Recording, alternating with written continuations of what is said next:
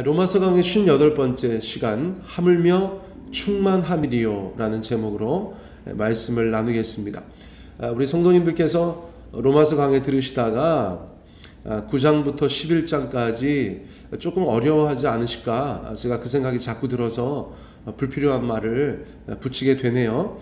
9장부터 11장까지 이스라엘의 불신앙 문제가 당대에는 아주 중요한 문제였고, 물론 지금도 가벼운 문제는 아니지만 그러므로 이렇게 소상하게 다루었어요. 저도 그렇게 설교할 수밖에 없고요. 여러분께서 이 내용을 아주 이번 기회에 확실하게 마음에 담으시고 다음부터 로마서 읽으실 때 그것에 대해서 어려움이 없으시기를 바라요. 아무튼 몸에 좋은 것이 쓰지 않습니까? 그렇죠? 아니, 저는 설교 준비하면서 제가 조금 힘들어서 그래요. 이것을 그냥 이렇게 사실 비슷한 얘기고 이미 앞에서 다 한 얘기인데 굉장히 반복해서 그것을 강조하네요. 그렇죠? 그냥 쭉 읽고 지나갈 땐 몰랐는데 설교하려고 하니까 굉장히 좀 반복된다는 느낌을 받으실 것 같아서 제가 그렇게 말씀드려요. 자, 6절 말씀. 6절은 또 어제 했어야 되는 건데 어제 제가 그 본문을 잘못 자른 것 같아요. 그래서 아무튼 6절이 오늘 있습니다. 만일 은혜로 된 것이면 행위로 말미암지 않음이니 그렇지 않으면 은혜가 은혜되지 못하느니라. 자, 5절 말씀이 뭐였죠? 그런즉 이와 같이 지금도 은혜로 택하심을 따라 남은 자가 있느니라. 그래서 은혜를 말씀할 때 6절도 했어야 되는데, 아무튼 하나님께서 구원하시는 것은 행위 구원이 아니다. 말 그대로 은혜로 된 것이다. 하나님의 의, 믿음으로 말미암은 의, 예수님의 의, 그것을 통해서 구원받는 자들이 생기고 이스라엘 사람들 중에서 남은 자라고 할 수 있는 비교적 소수의 유대 크리스천들도 바로 그 은혜로 말미암아 구원을 받게 되었다. 이제 그 말씀을 하는 거예요. 자, 어제 설교 키워드 3개, 은혜, 택하심, 그리고 남은 자였죠. 이 3가지 단어 중에서 단연 은혜라는 말이 모든 것의 시작이라고 말씀드릴 수 있겠어요. 자, 바울은 이처럼 로마서를 통해서 성령님이 주신 메시지, 그 행위가 아닌 은혜로 받는 구원을 강조하고 있어요. 자, 모든 사람들의 구원은 하나님의 은혜로 말미암는 것이다. 저와 여러분의 구원도 하나님의 은혜로 말미암는 것이다. 우리의 어떠한 행위, 그것을 통해서 구원받는 것은 아니다. 그것을 간단하게 정리하고요. 자, 7절로 넘어가 볼게요. 그런즉 어떠하냐? 이스라엘이 구하는 그것을 얻지 못하고 오직 택하심을 입은 자가 얻었고 그 남은 자들은 우둔하여 졌느니라. 자, 또다시 당대의 이스라엘 사람들의 상황을 말해주고 있어요. 자, 이것이 오늘까지 이어진다고 할 수 있죠. 이스라엘은 구하는 그것을 얻지 못하였다. 그렇게 표현하고 있죠. 자, 그들이 구했던 것은 무엇이죠? 말 그대로 하나님의 선민으로서 구원받는 것인데 그것을 얻지 못했어요. 물론 오직 택하심을 입은 자가 얻게 되었다고 말하는데 이것은 좁게 보면 유대 그리스도인들, 그렇죠? 이스라엘 사람으로서 예수님을 믿은 자들, 또 거기에 더 구체적으로 포함되는 사람들은 이방인 그리스도인들이라고 할 수 있겠죠. 그때 당시에 더 많은 사람들, 오늘날도 마찬가지지만 더 많은 비율의 이방인 그리스도인들이 이 땅 가운데 나오고 있죠. 자, 그리고 나서 그 믿지 않은 불신 이스라엘들은 그럼 어떻게 하고 있는가? 그 남은 자들은 우둔하여졌다. 자, 그렇게 표현하였어요. 그 남은 자들은 우둔하여졌다. 여기서 그 남은 우둔한 자들은 누구일까요? 자, 불신을 택한 다수의 유대인들이다. 저희가 그렇게 이해할 수 있겠죠. 자, 우둔했다는 것은 바보 됐다, 그런 표현은 아니고요. 이것은 완고하여졌다는 의미예요. 아주 완고하여졌다. 불신의 과정에서도 완고해졌겠고, 또 불신으로 말미암아 그들이 불신의 상태에 머물게 됐을 때 계속해서 완고했다는 것이죠. 그래서 불신 유대인들의 심령의 상태는 한마디로 말하면 완고함이다. 성경이 그렇게 말씀해주고 있다는 것이에요. 자, 목이 곧은 백성, 완고한 것, 강팍한 것, 그런 사람들은 예수님을 믿을 수가 없겠죠. 뭐 신구약을 통틀어서 동서고금을 막론하고 어떤 메시지나 사람에 대해서 완고하다, 그러면 받아들일 수 없는 것이겠죠. 자, 유대인들은 그런 상황이다. 특별히 불신 유대인들은 그런 상황이다. 그것을 성경이 저희 가운데 말씀해주고 있어요. 자, 8절로 넘어가 보겠습니다. 8절, 기록된 바 하나님이 오늘까지 그들에게 혼미한 심령과 보지 못할 눈과 듣지 못할 귀를 주셨다 함과 같으니라. 자, 어떤 성경 구절을 인용하면서 이것과 같다 이렇게 말씀하셨는데, 이 말씀은 신명기 29장과 이사야서 29장의 메시지가 그렇게 섞여 있는 것이다 라고 성경학자들이 보고 있습니다. 자, 그런데 요점은 무엇이죠? 이 구약성서의 메시지 요점은 무엇이죠? 하나님께서 어떤 이스라엘 사람들에게 혼미한 심령과 보지 못할 눈과 듣지 못할 귀를 주셨다는 거예요.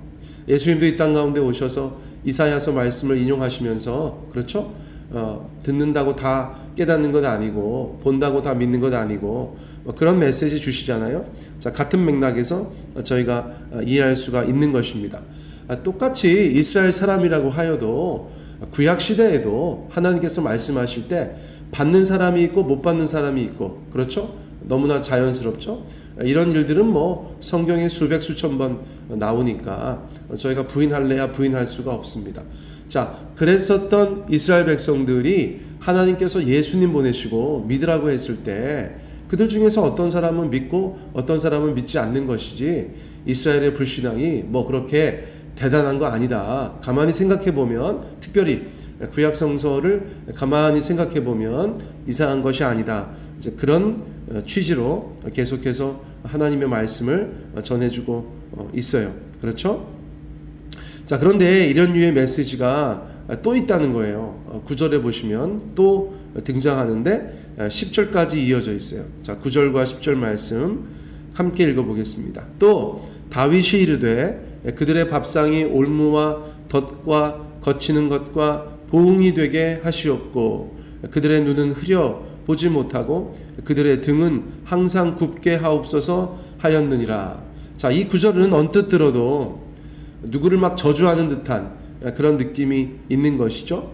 자, 시편 60편 22절 23절의 말씀인데 다윗의 시예요. 그런데 이 시편 69편은 어떤 내용으로 이해되고 있는가? 보통 시편은 하나하나마다 어떤 의미가 있잖아요. 타이틀이 있잖아요. 그렇죠? 이 타이틀은 뭐냐면 메시아에 관한 것인데, 메시아에 관한 것, 특별히 22절 23절 말씀은 메시아를 대적하는 자들에 대한 다윗의 기원이에요. 기원. 자, 기원이라는 것이 무엇입니까? 간절히 바라는 것이죠. 그렇죠?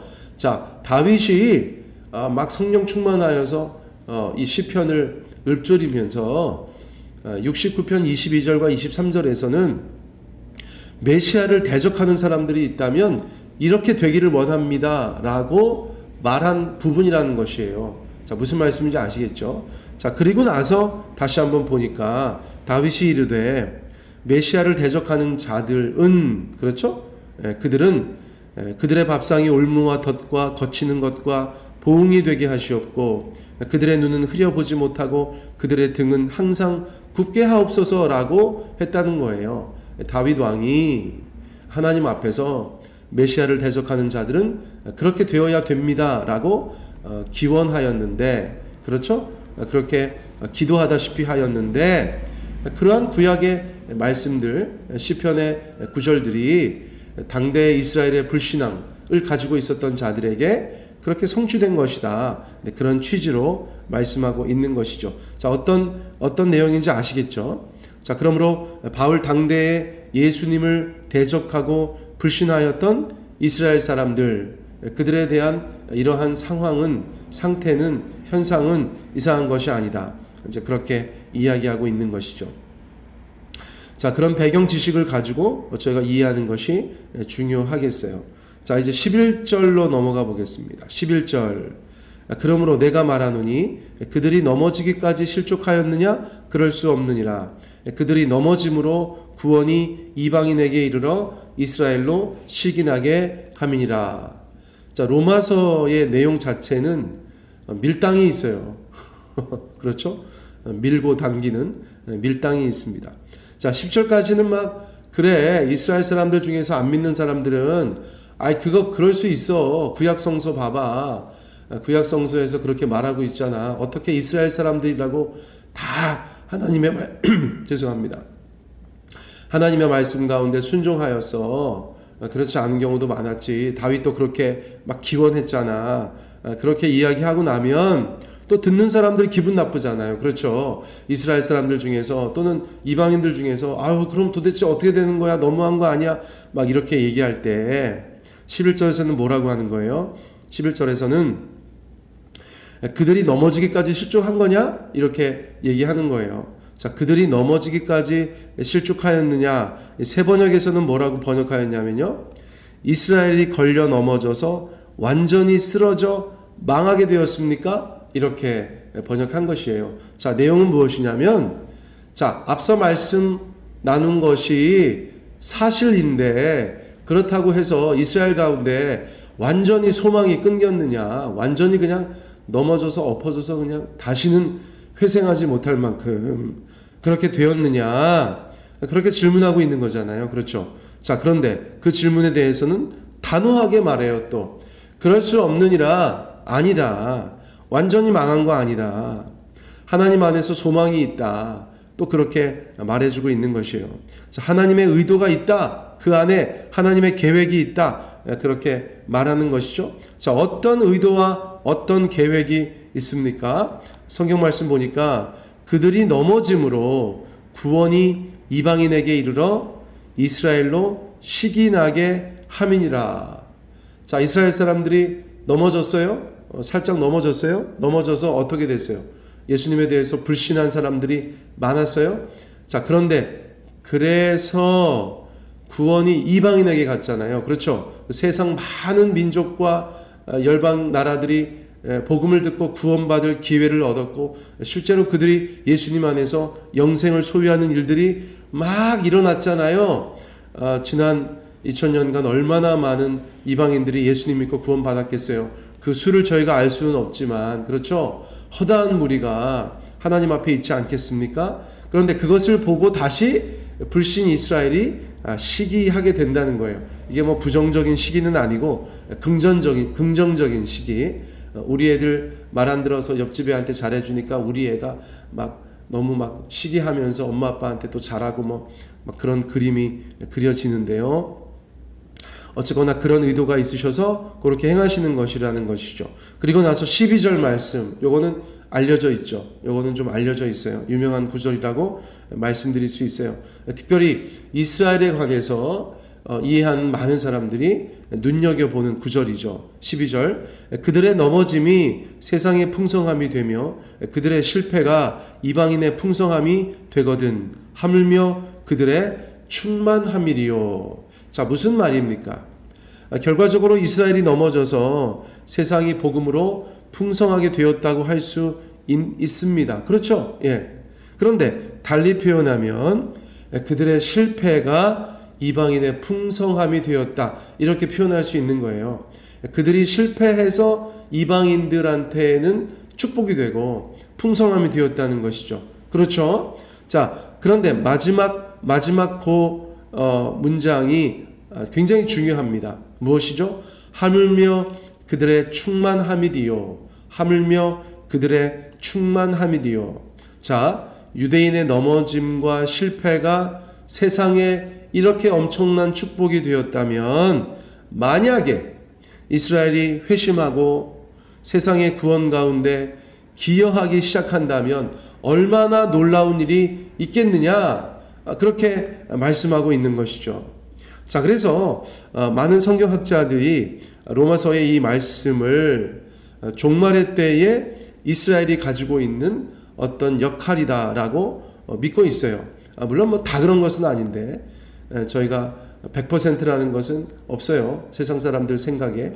그런데 어떤 사람들은 이스라엘이 회심하게 되고 대다수의 이스라엘 사람들이 예수님을 메시아로 받아들이게 되었을 때 그들이 세상 가운데 더 큰 축복의 통로로 기여하는 것이 아닌가 이렇게 생각하고 있다는 것이에요. 자, 지금으로서는 정확히 어떤 일이 일어나는지 알 수가 없어요. 그들이 훗날 어떤 기여를 할지 알 수 없다는 것이에요. 자, 건전한 종말론, 제가 설교할 때 누누이 말씀드렸듯이 그냥 그 정도만 우리 마음속에 가지고 계시면 돼요. 여기에서 막 더 넘어가는 사람들은 막 날마다 이스라엘 막 쳐다보면서 이스라엘에서 이렇게 하면 이런 거 아닌가, 저렇게 하면 뭐 저런 거 아닌가, 그렇게 하는 분들도 있더라는 것이죠. 저는 왜 그런 게 그렇게 이상하게 보이나 모르겠어요.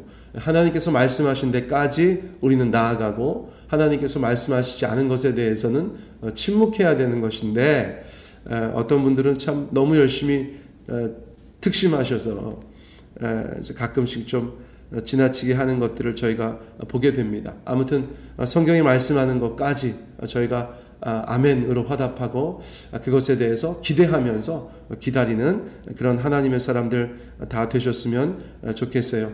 자, 오늘 저희가 하물며 충만함이랴 이 제목 가지고 말씀 나누었는데, 이스라엘에 대해서 저희가 그렇게 이해하는 것에 감사했으면 좋겠고요. 이스라엘에 대한 하나님의 계획들을 생각할 때 여러분 저희들의 구원이 더욱더 감사한 일이 되는 것입니다. 시간 관계상 거기까지 하나하나 말씀 못 드리지만 말씀 들으시고 여러분들 하루 이렇게 사시면서 그것을 좀 묵상해 보시는 그런 지혜로운 성도님들 되시기를 예수님의 이름으로 축복합니다.